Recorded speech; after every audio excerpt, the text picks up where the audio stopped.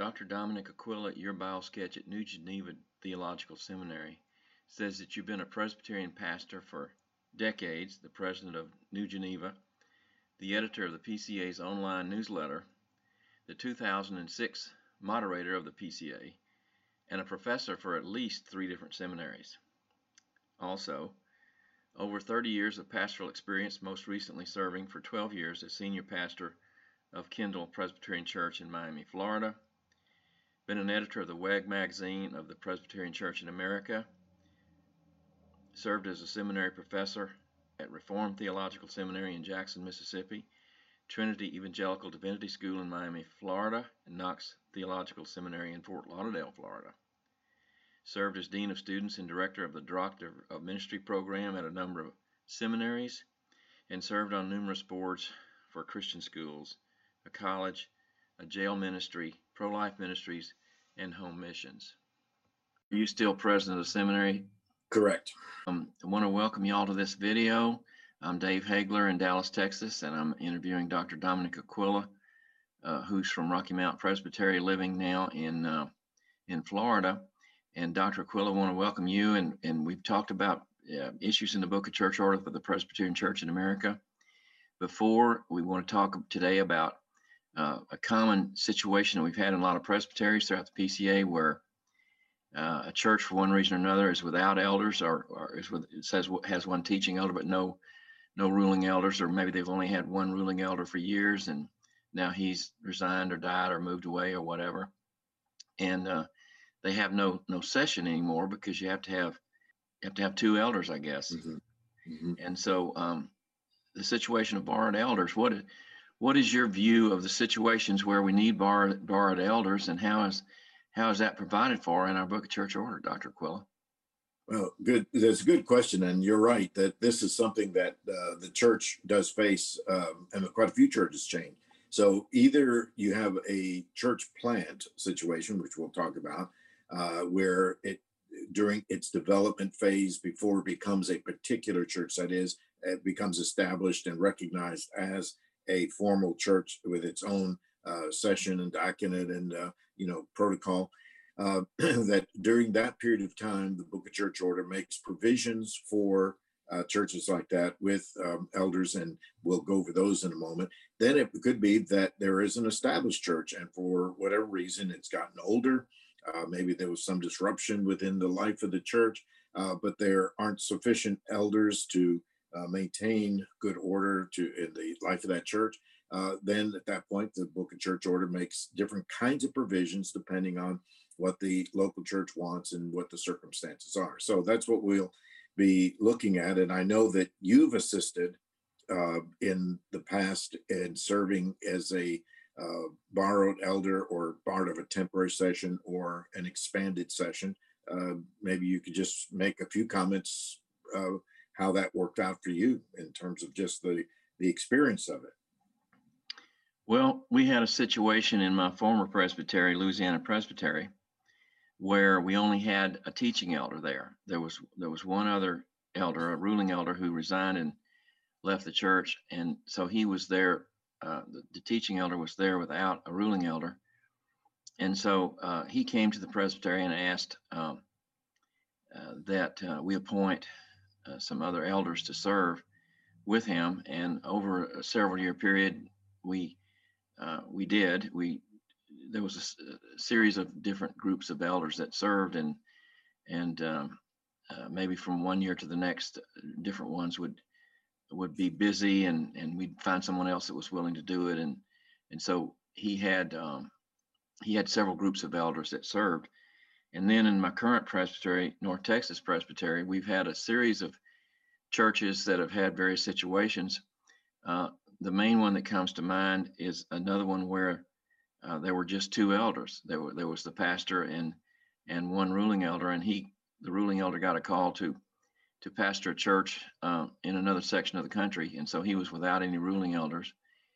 And he came to the presbytery and said, or maybe just to the pastor at large, and said, "What do I do?" And the pastor at large explained to him about what we've been calling borrowed elders. I've heard different terms for it. but the pastor recommended another teaching elder, and then myself, a ruling elder, to serve. And we were friends. Both were friends of his, so he welcomed that, and then Presbytery approved it, and so we served for about a year. And the main thing we did was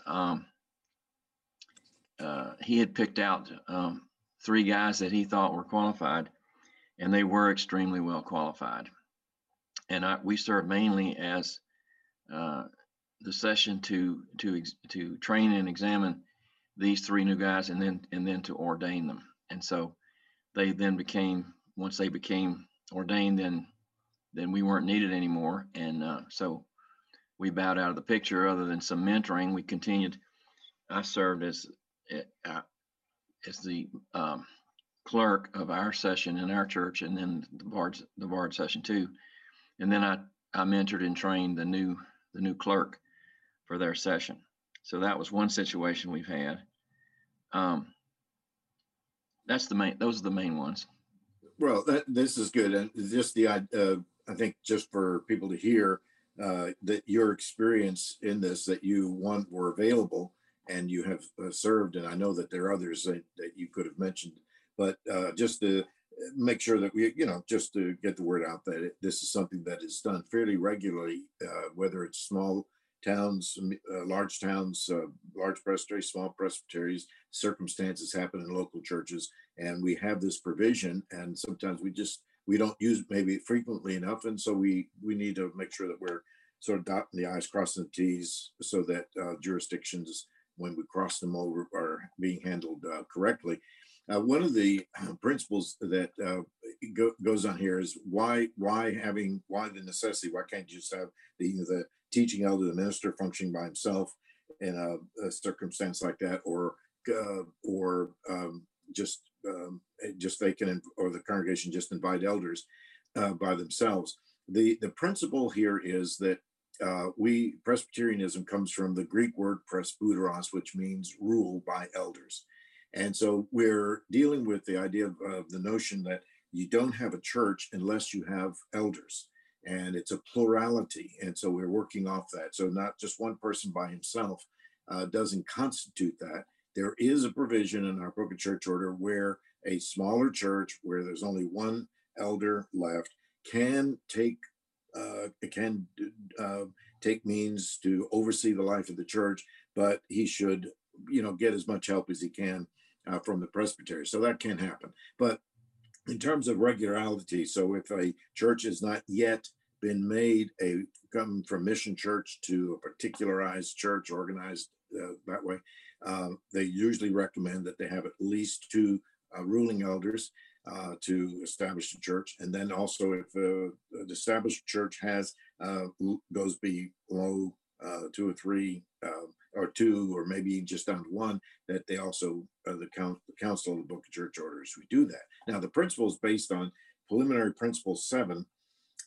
It says all church power, whether exercised by the body in general or by representation, is only ministerial and declarative, since the Holy Scriptures are the rule of faith and practice. And no church judicatory may make laws to bind the conscience. All church courts may err through human frailty, yet it rests upon them to uphold the laws of Scripture through this obligation to be judged infallible. And then preliminary principle 6 also speaks on this. Though the character, qualifications, authority of church officers are laid down in the Holy Scriptures, as well as the proper method of officer investiture, the power to elect persons to the exercise of authority in any particular society resides in that society. So that's a general principle. So the word society, really, you put the word church in there. So the first thing is that no one can be placed over a body without the permission of that body. Now, in the case of a church plant, it isn't yet a quote society. It's not yet an organized church. And so the Book of Church Order makes provision for the presbytery to take care of that. But if it is already an organized church, there's a requirement of the congregation to give its approval for the presbytery to request.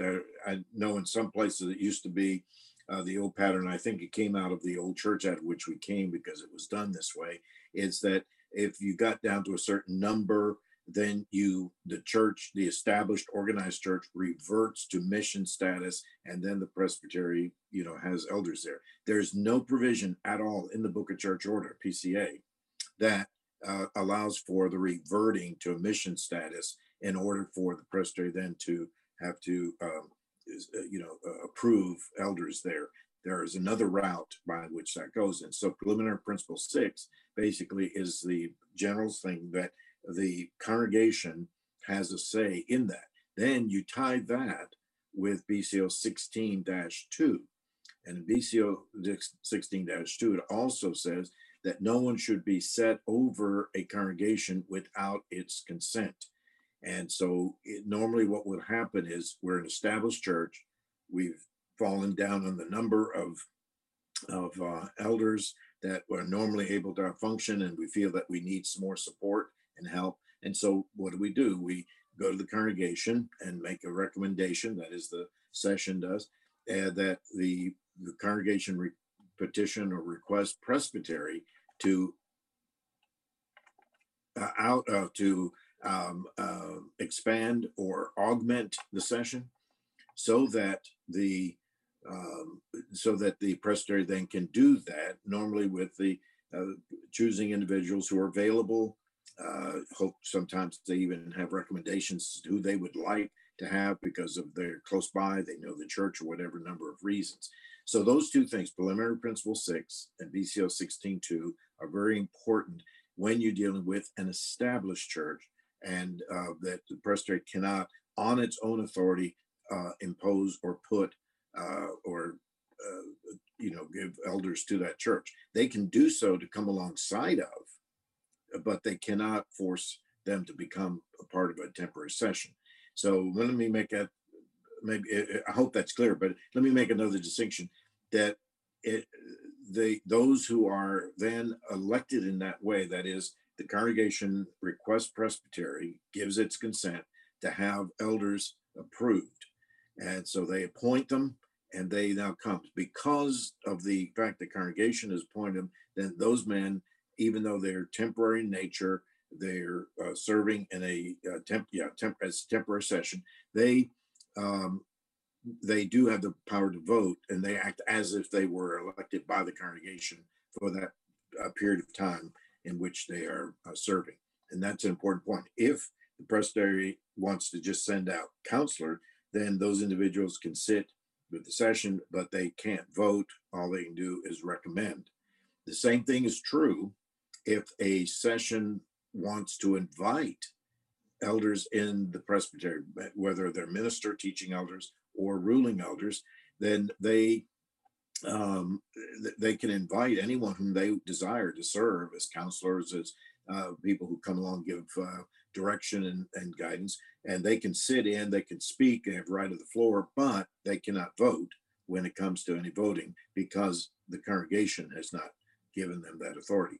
So that becomes an important point that we need to recognize. And I think that would be clear in those two ways. You have the right to vote, not the right to vote, depending on the consent of the congregation and then appointment by the presbytery.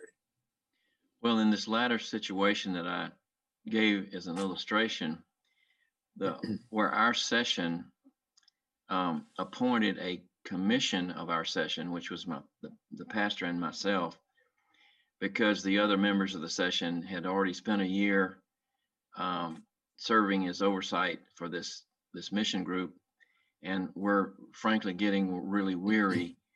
And so we went to a commission to relieve the other elders who were just tired. And in the course of doing that, we sought permission from the presbytery to invite two other elders not from our church. In other words, one of them was the pastor of another church down in Tyler, and the other one is a ruling elder at PCPC, to become members of our commission. And the presbytery ruled, no, you can't do that. You can't make neither your church, neither your congregation can add members of your commission from outside your church, nor can the presbytery appoint 2 additional members of your commission from your church, but we would welcome those 2 guys to help, but they're not voting members of your commission. And I don't know of anything in the Book of Church Order that addresses that issue, but what is your thought on those issues? Yeah, well, that's the point that I was just making. That BCO 16.2, that's exactly what it's saying. You could have done that if the congregation had given its approval.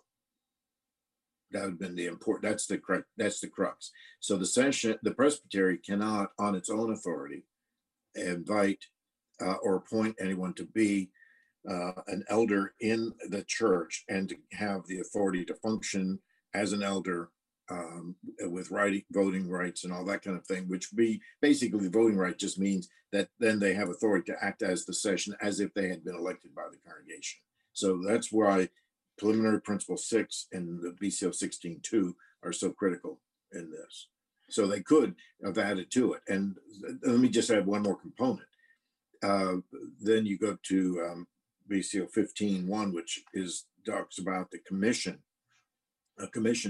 and there are different types of commissions. There are administrative commissions. Normally those are the ones that are used for the installation of pastors.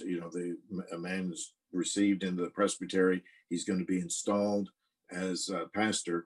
And so that an administrative commission is appointed to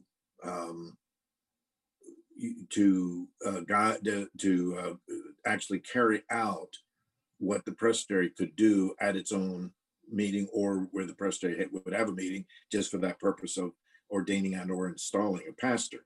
So we find it's much easier, it's not as unwieldy, I guess, to have the whole presbytery do it. So a commission can do it. And a commission in that instance actually is given authority to do. So that means the mandate is very narrow, very specific. You are appointed to act as if you were the whole presbytery to accomplish this one thing, to install, ordain and or install this pastor. And once you have done that, then your the power of attorney, in essence, to work for the presbytery now has ceased. So yeah.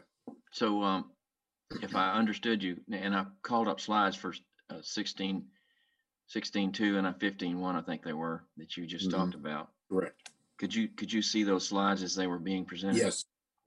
Okay, so back to my prior question. If we had gone back to the congregation over which we were serving and asked them for permission to invite these 2 guys to come in and augment our commission, then it would be legal then. Yes, it would be. Correct. We didn't know to do that. We thought we thought the presbytery could give us permission, but they're prohibited by 16.2 from doing that, aren't they? Exactly. And I'm glad your presbytery did that. Was good, because they unfortunately many of our presbyteries don't. And part of the reason, it's something that we dealt with in our other discussions that you and I have had on PCA polity, is that the historic Presbyterian polity operates on the notion of a top-down hierarchical system, and therefore the higher court can make some mandates, requirements, dictations to the lower court about how it's can function. So if something is amiss, or the number of elders necessary or so forth to handle these things, or even if the pastor resigns, takes another call and moves away, sometimes some presbyteries in the older model, they would actually appoint someone to serve as the interim pastor during that time. So that is not allowed in the PCA brand of Presbyterian polity. The congregation is the one that must give approbation for that to take place, and then the same thing would be true even for calling an interim pastor, and that's a whole nother thing. We don't want to go down that road right now. But the session can make the request or can actually hire someone. It's not a call, so hiring, and enter into a contract with a man to serve as interim pastor. He still needs to get the approval of presbytery.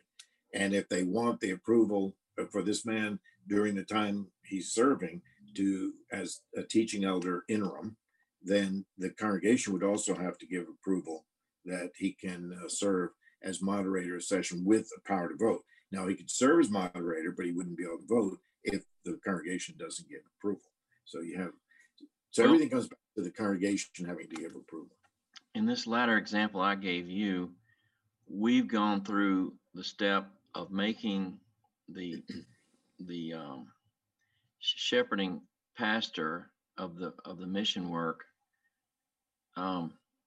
the assistant pastor of our church for purpose of having a call. In other words, the committee that's over that work, the M&A committee, wasn't ready to approve it all. So we said, well, we'll provide temporary leadership with your blessing and set up this ourselves as session. And then at the next phase, where we were trying to bring their leadership, mentor their leadership up to the point of knowing how to do some of these things, we said we'd like to make the planning pastor an assistant pastor of our church, so that he has a call.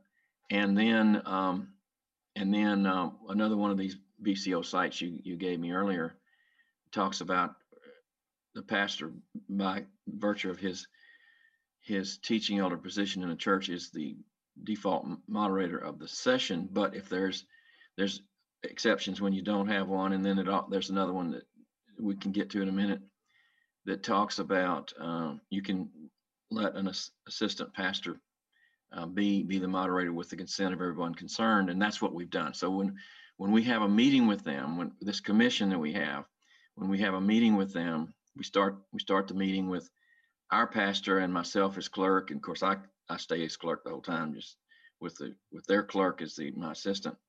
But at some point in the meeting, after we've approved the agenda and whatnot, we go ahead and elect the assistant pastor, who's the planning pastor, as the moderator of the meeting, to give him practice moderating the meeting, is one thing we do. And then I wanted to ask you another follow-up question about not exactly mechanics exactly, but it may be an implication of 16:2. But what about situations where we're not talking about where the scripture has spoken, or where the confessional standards have spoken, but maybe more of a chapter 20 liberty of conscience kind of issue, where it may be just a matter of preference? To what extent should borrowed elders hold back on a lot of their preferences, where the nature of this church plant is completely different from the church where they're elected as elders? Let's say, for example, let's just take two extremes, which may or may not be exactly factual, but just to illustrate my point. Let's say the oversight church is an elderly church, a very established, long traditions, and the church plant is an inner city plant, multicultural plant, where the social dynamics are just completely different. To what extent should the oversight elders hold back on a lot of their preferences and kind of do things that they think would be more in keeping with the nature of the church plant? Well, that's an excellent question. In fact, when my church consulting, I've dealt with that question quite often, because it does come up. So it's not just a hypothetical. It's a real on the feet on the ground kind of problem. They really should hold back and not impose the elders who are borrowed, who have a different, whatever the twist may be, traditional versus contemporary versus traditional. They should really be like an interim pastor. An interim pastor doesn't come in and set 5-year and 10-year goals for the church. So borrowed elders don't come and set the tone for the church.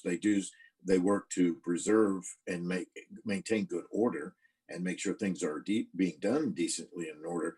But they should let that local church develop its own character, its own personality, because we have corporate personalities, and not impose on it the difference. And normally, if you've sort of shifted now to, let's say, a church plant, but this would be also true in a church that is experiencing the difficulty we mentioned before. It's already organized, but for whatever reason, it's down on the number of elders that would like to have to function well. So even there, you can have a difference.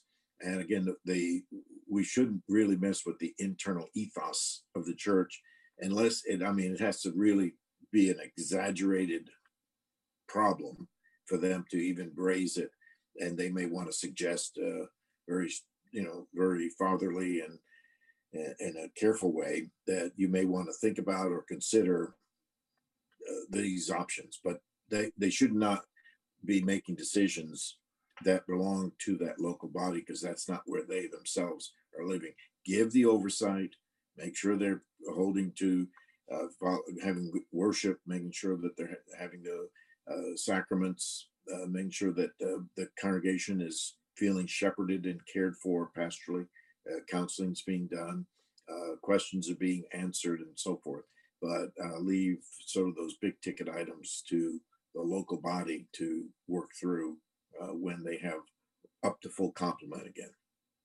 Let me ask another follow-up question. This may be more mechanics, but like on the business of interviewing prospective members, where, I was ordained in 78, so I've been around a long time now, and I've seen a lot of different ways the different churches do it. But the core concept that I've always had is we're looking for a credible profession of faith here, and depending on the age of the person.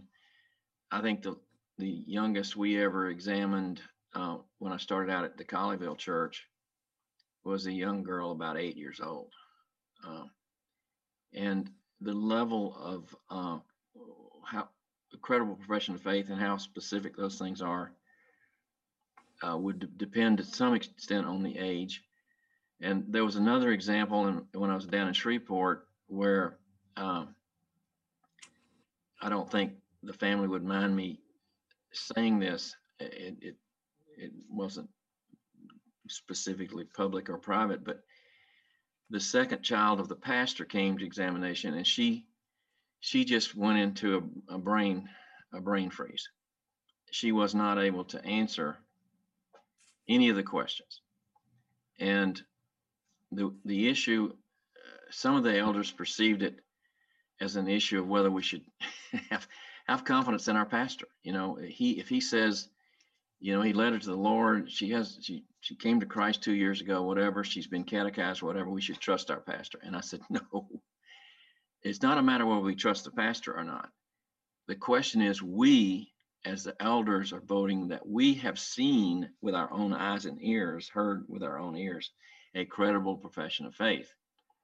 And that carried the day, and the young girl went home and studied some more, and I'm sure we babysat for him a few times and loved on her some more. And next time she came in, she wasn't so freaked out over being in the presence of all these elders, and she gave a credible profession of faith. So all this, that is an example of a delayed acceptance of a child applicant. But in the specific case where we're the barred elders for this over this church, we just had a couple weeks ago, we had 25 people examined, and it became a matter of, it was more of a mechanics question. So we drew a line and we said, okay, you local guys, you interview these people, you hear their credible profession of faith, you have them write it out and email it to us, and we'll read them all. But we're not going to examine them all and hear them personally give those testimonies. Now, how is that? How does that breakdown of duties?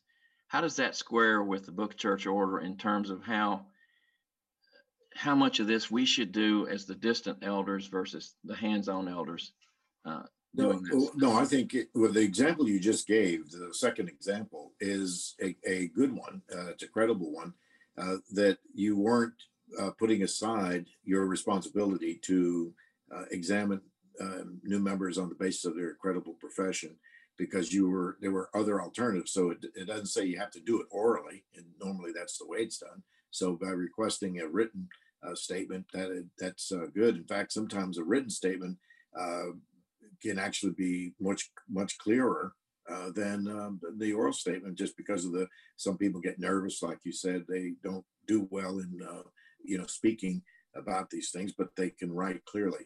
So that if you determine that within the body and that's agreeable and you've done it that way, then there's no problem with that. That's still coloring within the line, so to speak. You're still fulfilling your responsibilities. Now, with reference to the other one, I agree that your position that you took there was that we should hear, and let's give her an opportunity to speak her testimony, give a clear statement, and so postponing it, so when she is not in the brain freeze or the fear model mode, then that was good, and it probably strengthened her as well when you all did that way. Well, she's a freshman in college now. She's doing great.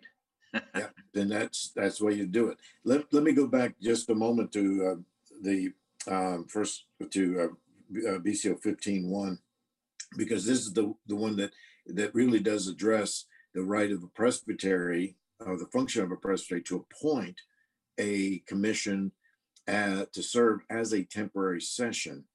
And so it says a commission differs from an ordinary committee in that while a committee is appointed to examine, consider, and report, a commission is authorized to deliberate upon and conclude the business referred to it.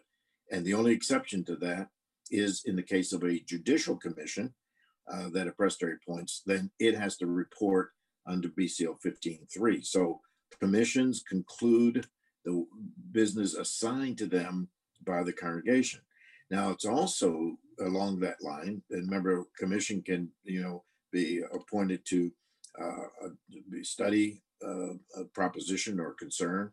A commission can be, and they report, so there can be discussion. It can also be administrative in the ordaining and installing of pastors and the like. Okay, so a commission shall keep a full record of its proceedings, which shall be submitted to the court. Why? Because remember, they're acting in the name of the presbytery, so their minutes are included in the minutes of presbytery as if the presbytery approved them or took those actions and approved them.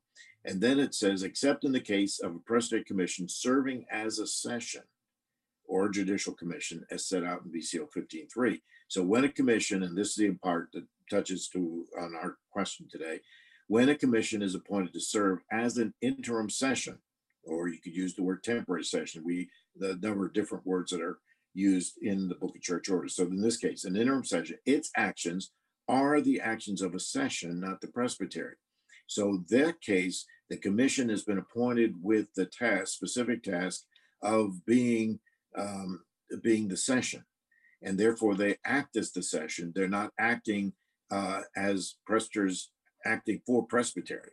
They have been appointed under the 16.2 model we spoke about earlier, with the consent of the congregation. Therefore, they are the session as if elected by the local church, not the press. So every commission then of a presbytery session must submit complete minutes, except though the session, the commission that's acting as a temporary or interim session, they submit it with the general review, yearly review of the court record. So every session once a year is supposed to submit its minutes to be reviewed by presbytery, and each presbytery, of course, does the same thing once a year before General Assembly.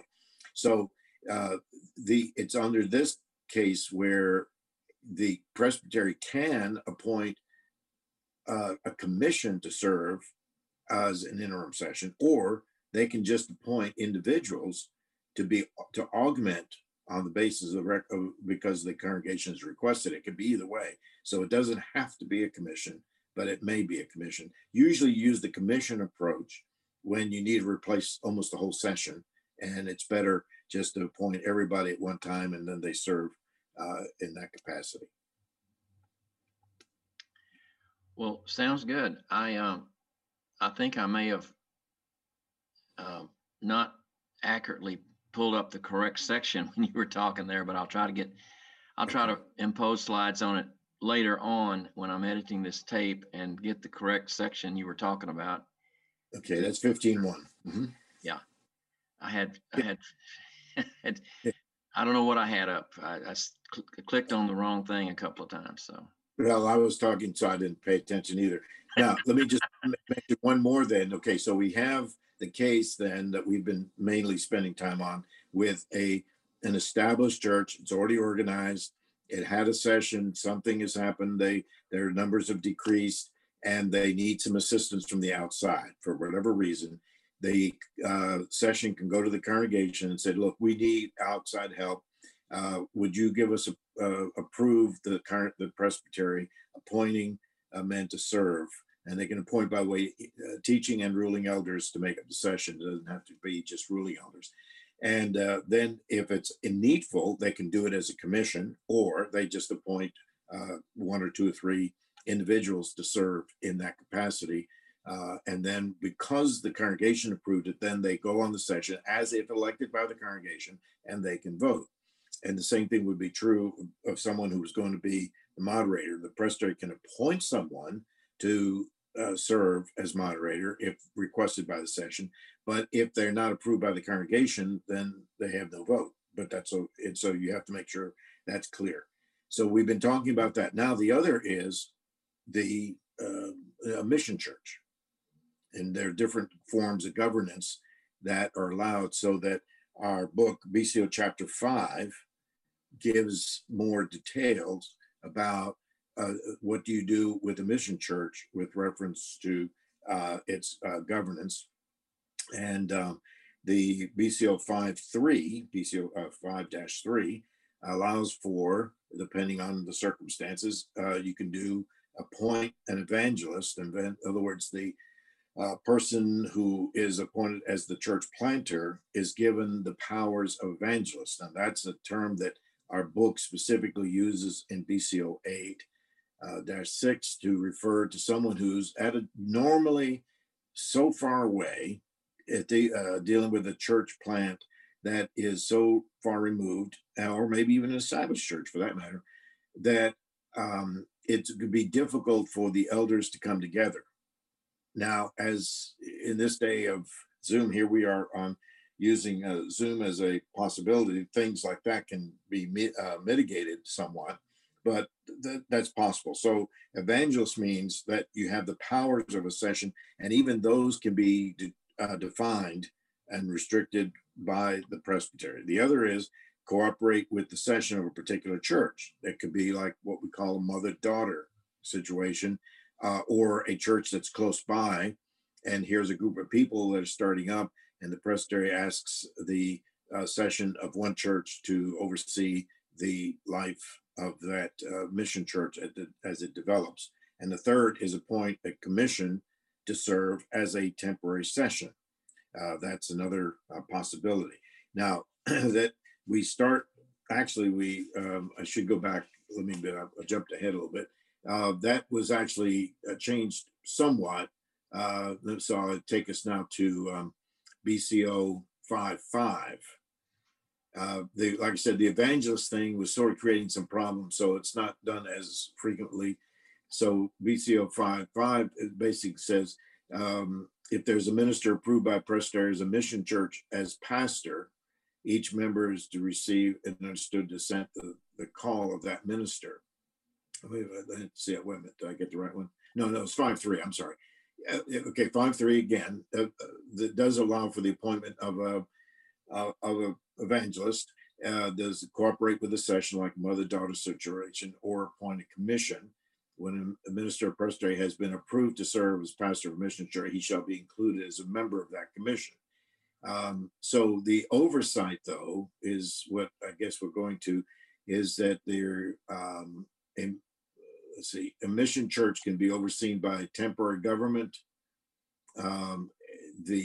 with M&A committee of presbytery, by a commission, or by the person being called as an evangelist. So those are the broad options.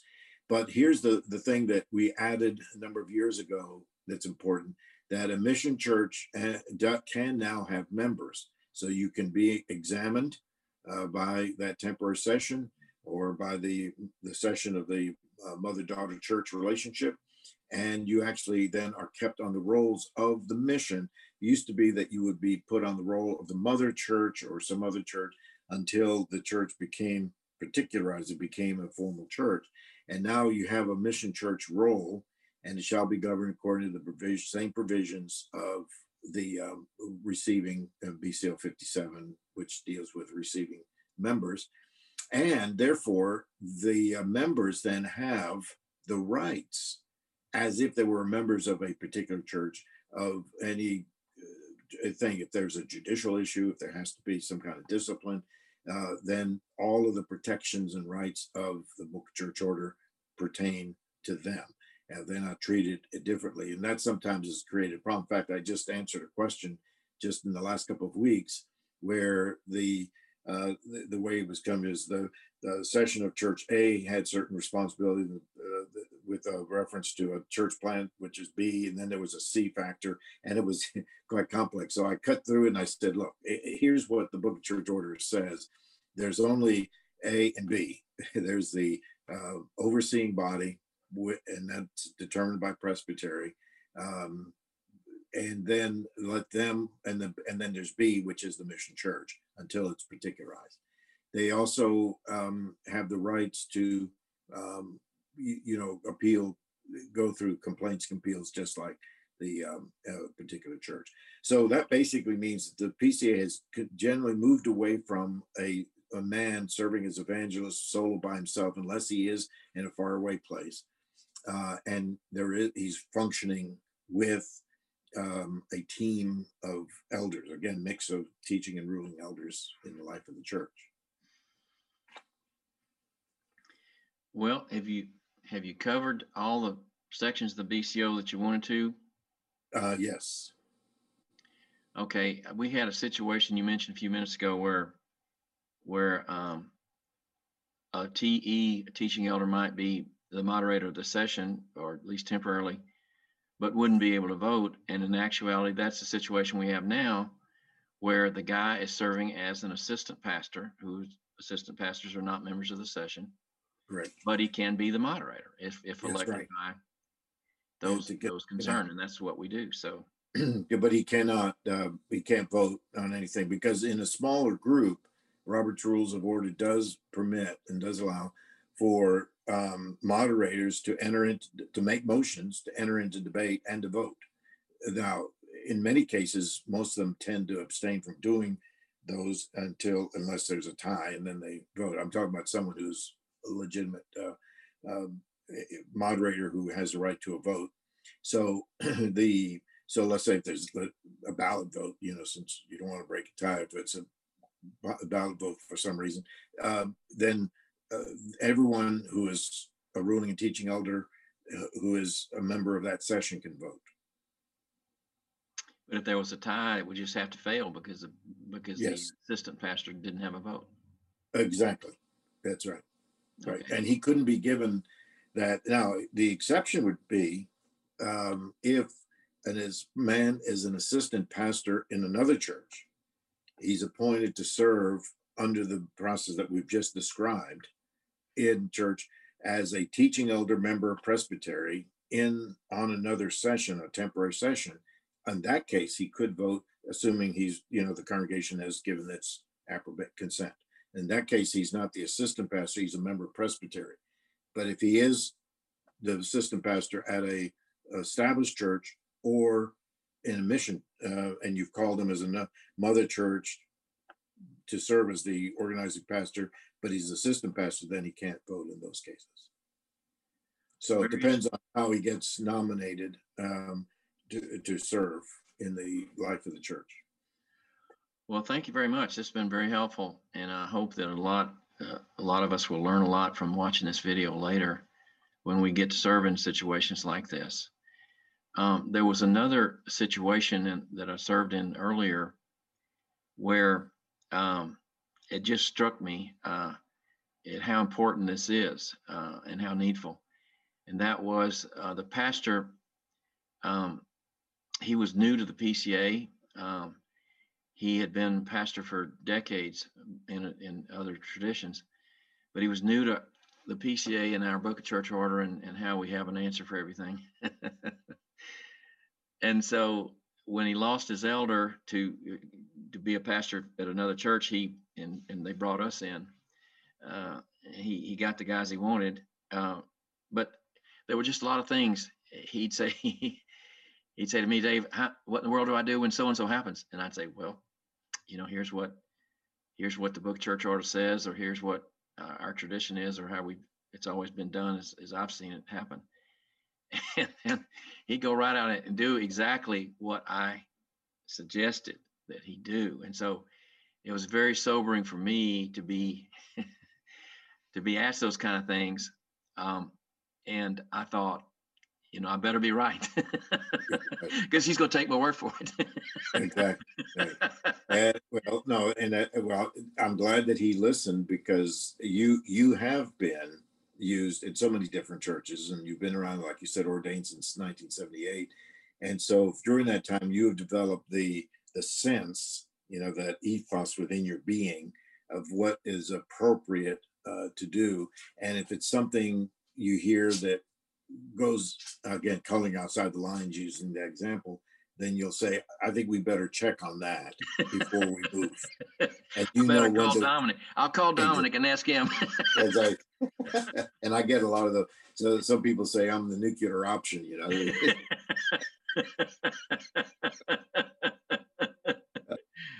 So hopefully I'll keep you out of trouble. It's the best thing to do is get the help ahead in the front end, not the back end, because trying to untwist the wire is really difficult.